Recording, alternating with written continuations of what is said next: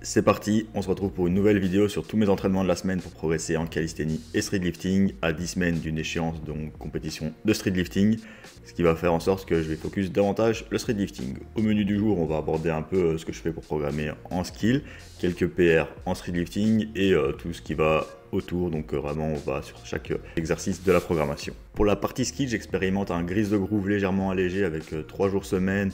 Après 5 semaines, ça donne des résultats assez intéressants, la forme des planches s'améliore, le front s'améliore clairement, malgré sur la planche parfois des chutes de tension après les efforts, mais la qualité s'améliore et en fin de semaine on verra que le transfert en libre n'est peut-être pas encore présent, maintenant il faudra voir sur plus de data ce que ça pourrait donner. Sur les tractions, 56-25 en x2, ce qui est un beau PR, je pense RPE 9, même si la dernière est un peu short en amplitude, elle bouge très bien et j'ai vraiment la sensation d'avoir une rep en plus, donc ce qui est vraiment très bien. Suivi de pause pull-up avec un bon verrouillage bien prononcé, donc vraiment à la lock, on avance bien la tête en haut, ce qui me permet d'avoir une très bonne trajectoire d'entrée. Forcément les poids sont assez faibles, mais la variation est assez pertinente vu qu'on a bien puisé là sur les top 7 en général. Et voilà, c'est une bonne variation intégrée comme back offset ou alors sur un jour secondaire et elle est assez pertinente pour pas mal de personnes. J'ai souvent des très bons résultats avec cette variation là. Il faut juste que le coût de la fatigue soit pas trop important et que les charges soient suffisantes. On attaque sur un beau autre PR en squat, donc 157,5 x 4. Dans ma tête, je voulais partir sur un 160, mais je savais que ça allait être compliqué vu que les 2 jours avant, enfin 2 journées avant, j'ai eu mon squat secondaire avec des séries ascendantes plus un fatigue single qui était assez compliqué. Mais on s'est bien battu et on a été vraiment chercher tout ce qu'il y avait. Il n'y avait pas 2,5 en plus, je pense. Donc j'ai vraiment pris le bon call et c'était pas mal encourageant. Mais vu la 152,5 de la semaine d'avant, je m'attendais, j'espérais en tout cas, toujours l'espérance versus réalité. Mais voilà, ça reste une belle perf, je pense que ça casse quelques barrières. Certes, j'ai beaucoup poussé sur ce bloc, mais ça me met en confiance pour la suite. Et à 10 semaines de la comp, je pouvais me permettre, on va dire, de grind un peu. J'essaierai peut-être d'être un peu plus conservateur dans le bloc prochain, mais je pense qu'il y a quand même des PR qui vont peut-être tomber. Ce qui est bien, c'est que je suis en PR territoire depuis les fins de chaque bloc, en fait, depuis 3-4 blocs. À chaque fois, j'arrive à faire un PR. En traction, c'était sur du 4 reps, puis du 3. Puis là, sur ce doublé, en squat également. Donc, il y avait un x6 à 150 qui était vraiment bien. Et puis, on a pu voir le renfort, donc lat pull down, preacher curl, triceps extension. Gros focus biceps, ici on met 4 séries de biceps, donc gros focus, un petit focus en plus, mais l'air de rien c'est déjà un peu une incrémentation par rapport à ce que je pouvais faire avant, mais ça joue un peu de fatigue, on verra sur quelques mouvements qui vont être impactés, j'imagine que vous doutez lequel sera impacté. HSPU en maintenance, donc c'était un peu difficile sur le début de bloc, finalement je commence à retrouver quelques sensations. Ici le muscle up secondaire qui rebouge pas trop mal. J'ai fait un très bon muscle up secondaire sur une semaine 2, dans 3, et après plus rien. Donc ça m'a un peu craché ce muscle up secondaire d'une semaine 3. Je pense que la fatigue avec le volume a pris un peu trop de place vers la milieu fin de bloc, et donc forcément il a fallu revoir les poids à la baisse. Là où en général sur les blocs précédents je restais quand même assez performant, j'arrivais à toucher du plus 10. Ici on va voir que c'est un peu plus compliqué. Ensuite, après les singles en dead stop, ici il y a les 1+1+1 en dead stop, donc vraiment un format que j'apprécie énormément aussi sur le MU. Mais je pense que ce jour secondaire est un peu impactant et souvent j'arrive assez frais dessus malgré la veille des tractions. Et ça impacte fort considérablement le primaire, ce qui n'est pas le but. Donc pour le prochain bloc, on va essayer de temporiser ça, peut-être pas remettre les 1+1, juste garder une petite échéance, une petite récurrence en lesté. Ensuite un petit assist, donc c'est mon petit dips tertiaire on va dire. Bon, il se fait la veille du dips, mais voilà, c'est un bon pattern, donc c'est un Swiss bar bench qui imite un peu la prise neutre. Et voilà, le ressenti est assez bon. Sur cette variation, le dérac est assez difficile, mais cette semaine-ci ça bougeait assez bien par rapport à la semaine dernière. Donc on commence à avoir des charges plutôt intéressantes, donc on ne s'est pas trop poussé, on essaie de garder des RPE relativement bas et pas trop de volume non plus. Dans les blocs précédents aussi on avait du close grip bench qui me flinguait pas trop mal et donc j'avais du mal sur le dips le lendemain. Ici il a un peu moins d'impact, mais on va pouvoir voir qu'il y a un petit impact qui va se faire cette semaine, donc on a décidé sur le prochain bloc d'intervertir les jours. Et ensuite du GHD back extension. Là ce qui est cool c'est que je me suis un peu fait plaisir sur la sélection d'exercices. Chaque bloc on change la variation, donc on est passé du RDL à du single leg RDL, à du GHG, donc c'est assez chouette de changer régulièrement d'exercice d'assistance. Parfois on a envie de les garder pendant 10-12 semaines pour réellement faire des adaptations, mais il y a certains patterns quoi qu'on peut se permettre de changer plus fréquemment, je dirais. Ensuite du supine bent over row, donc assez sympa aussi, donc un petit peu plus de rotation externe, un petit stimulus différent que ce qu'on a l'habitude de faire.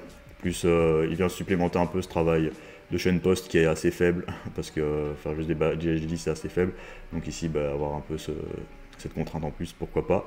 Plus du développé nuque militaire, ce qui est vraiment chouette pour quelqu'un qui est assez restreint niveau mobilité comme moi. Ça me permet d'ouvrir un peu plus dès l'entrée et jusqu'en haut. Je sens que ça me challenge bien dans ma mobilité, et en même temps ça fait un peu l'hypertrophie en plus sur le deltoïde moyen, plus arrière d'épaule, et ça reste un pattern de poussée verticale, triceps. Voilà, sans trop pousser non plus, on garde des RPE assez bas et un peu de santé, donc ça fait toujours plaisir. Le jour 3, on continue le grise de groove en planche presse. Ce qui est trop bien avec ce grise de groove, c'est que j'expérimente de lancer des planches sans warm-up, quoi. Donc on arrive direct sur une bande orange ou jaune, chose que j'aurais pas trop cru possible avant. Et sur le front, je me fais plaisir aussi sur ce jour 3. Je pense que j'ai rajouté ce troisième jour aussi sur ce cycle. Peut-être que ça a un peu impacté un peu plus le muscle-up aussi. Donc c'est une question que je me fais en post-cycle. Et on arrive sur un chouette PR à 3 reps à 100 kg en dips. Vraiment grosse victoire pour moi, mais je suis un peu déçu de la forme. Je m'attendais à ce qu'elle bouge plus facilement. Je pense que c'est peut-être aussi leur fait de retoucher un peu du poids lourd en dips. J'étais à 92,5 la semaine d'avant. Et avant ça, c'était du 80 et quelques, ouais, donc on fait des gros incréments. Ça faisait quand même pas mal de temps qu'on avait pu toucher ce genre de charge. Et voilà, donc un peu de précipitation sur les poids à chaque fois. Et donc on peut voir que les back-off sont relativement fatigués. Donc le premier, ça va encore. Et ensuite, les suivants aussi. Mais ça fait un bon petit 3x6 quand même. Ça fait du volume sur une certaine charge. Je pense que j'ai déjà fait ça, mais ça reste intéressant de valider quand même aussi beaucoup de reps sur une certaine charge. Ça fait quand même un beau tonnage. Ce qui est une belle métrique aussi de progression sur ces blocs. Pas toujours être matrixé par le PR ou la charge absolue sur son top set, mais parfois sur la quantité de travail qu'on va fournir sur une séance. C'est une très belle marque de progression également. On attaque un squat tertiaire pour travailler un peu ce rebond. Donc il est assez intéressant, je pense que je l'ai bien exploité ce bloc-ci, donc un format assez statique, donc on est resté à 105 kg tout le long, et donc c'est une rep plus une demi-rep à 105 kg, donc assez léger. Finalement j'en tire des bonnes adaptations, j'ai l'impression, donc hâte de voir ce que ça va donner sur les prochains. Donc si on avait plus de temps, peut-être qu'on aurait gardé la variation plus longtemps, mais ici on va devoir relativement être un peu plus spécifique sur les blocs prochains. Donc ici il y a beaucoup de volume aussi. Sur les prochains blocs on va réduire légèrement le volume, et peut-être aussi réduire un peu les fourchettes de reps, commencer quand même avec des intensités plus grandes pour maintenir des intensités plus hautes plus longtemps et être plus performant. Finalement on arrive aussi avec du triceps extension, la pull down à un bras, donc voilà, toujours le travail d'hypertrophie qui est bien présent et qui stimule pas mal les zones nécessaires pour être en performance. Le jour 4, et c'est là que mon grise de groupe n'a pas été concluant, je me suis craché directement sur la planche. Donc après, est-ce que je peux prendre une décision sur base d'un unique test? Pas forcément. Par contre sur le front, on peut voir que j'ai retrouvé mon inverted hang to front avec un poids de corps qui augmente légèrement. Je pense que j'ai pris 1 kg, 1,5 kg depuis quelques mois, donc c'est pas trop mal vu mon niveau d'avancement. Et de maintenir ça sur un front, donc c'est pas trop mal. Sur un jour où je me sentais quand même très fatigué, j'avais eu un gros contre-coup ce jour-là. Je pense que les PR du début de semaine ont créé quand même de la fatigue.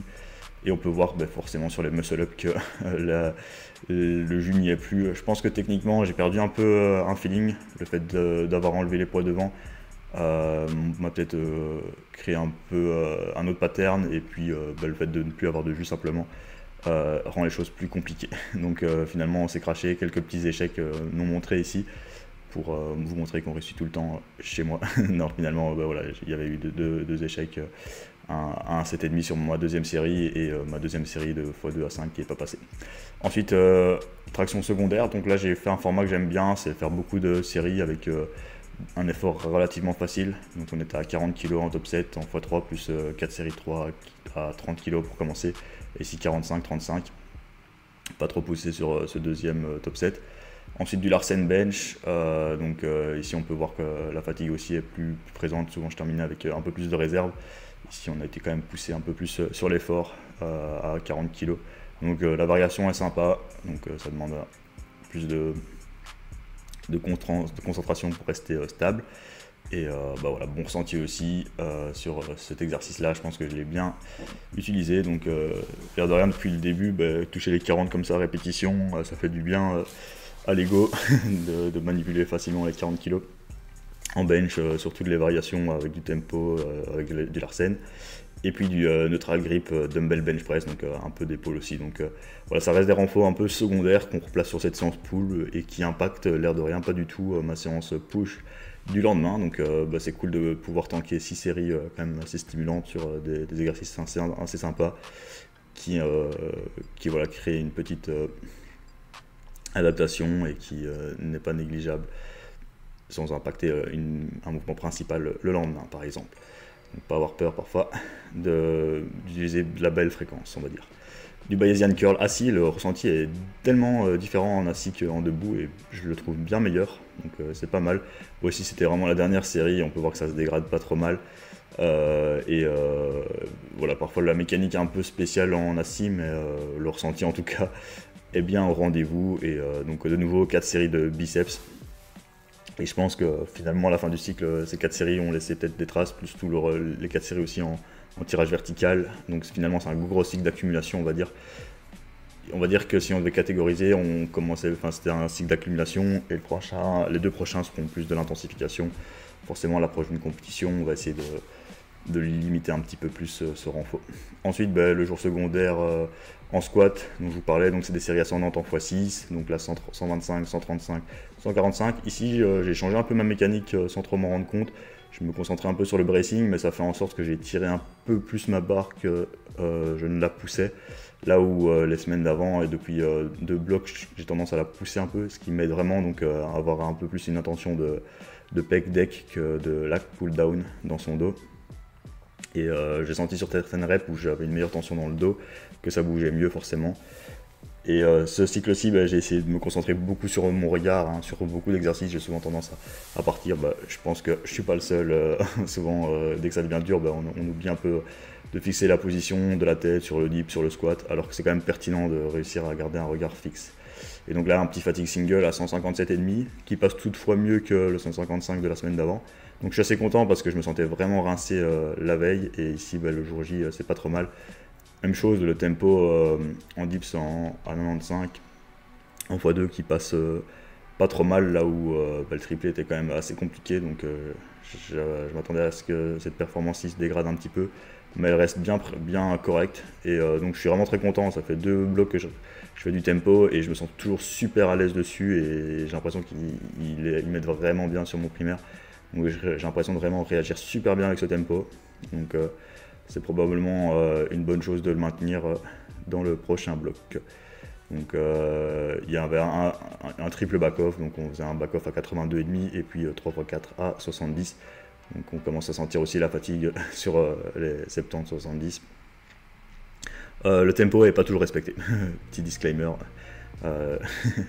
Trop d'ego aussi, mais voilà, en général il est quand même assez respecté et parfois il y a une petite seconde qui passe ou pas, mais voilà, on sent qu'il y a quand même une intention de ralentir, il y a quand même une intention de pause en bas et voilà, finalement le dip secondaire ici avec un bel squat qui se termine un peu dans le dur et donc finalement on utilise un peu la poussée. C'est là où on pourrait se dire voilà, je biaise un peu la progression, mais le ressenti est fou, les jambes sont toastées, à la fin ça tremble à mort et donc je pense que on a bien puisé dans les ressources et il y a toujours moyen de pousser quelques reps en plus, mais j'essaie quand même de me préserver en donnant quand même une belle intention d'effort dessus. Et encore un tirage, donc de nouveau beaucoup de volume et on termine la semaine et la séance par du GM Press. Voilà, donc je vous ai tout présenté, il y a moyen de vous argumenter plus de choix sur la programmation et tout, mais j'espère que cette vidéo vous a plu. En tout cas, moi ça me plaît de faire ce contenu. On se retrouve pour une prochaine vidéo, peut-être dans l'avancée pré-comp, dans le bloc de picking, voire même le jour J ou le post-comp pour vous partager un peu ce que ça va donner. C'est 0-12 workout, à toutes.